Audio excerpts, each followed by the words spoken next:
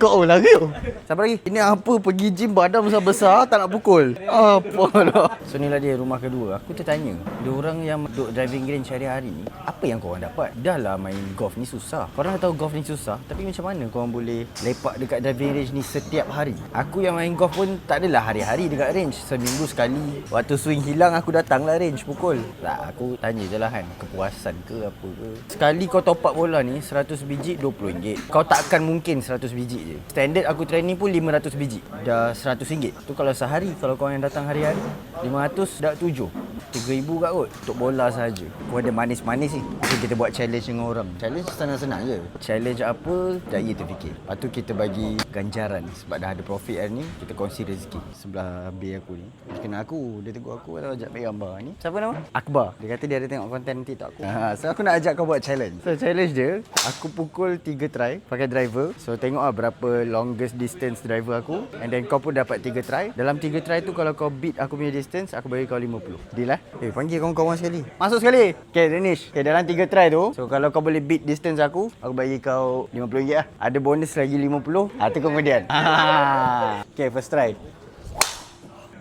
181 tu, paling jauh tu. Tak pernah aku sampai 181. Gelak. Okay, second try. 165. Last try ni. Itulah 246. Sabar dulu Danish. Ini dia pukul sebelah tangan je. Dah sama dah distance aku. Kalau kau tak beat aku punya distance, kau kena jalan-jalan. Wow. Okay. Risau.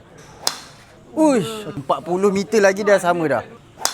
Lawa. 19. Good try. Kau kena buat jalan-jalan. Jalan-jalan. Next, Akbar. 199. 191. Ini jahat ni. Sikit lagi.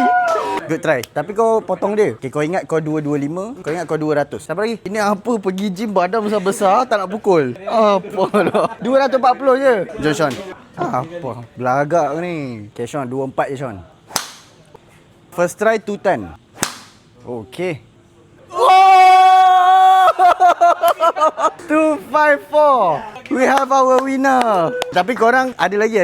Ada bonus round. So seperti yang dijanjikan, $50. Kau nak dolar? Dolar? Boleh lah. Boleh. $50 aku RM70. Ikut currency aku lah.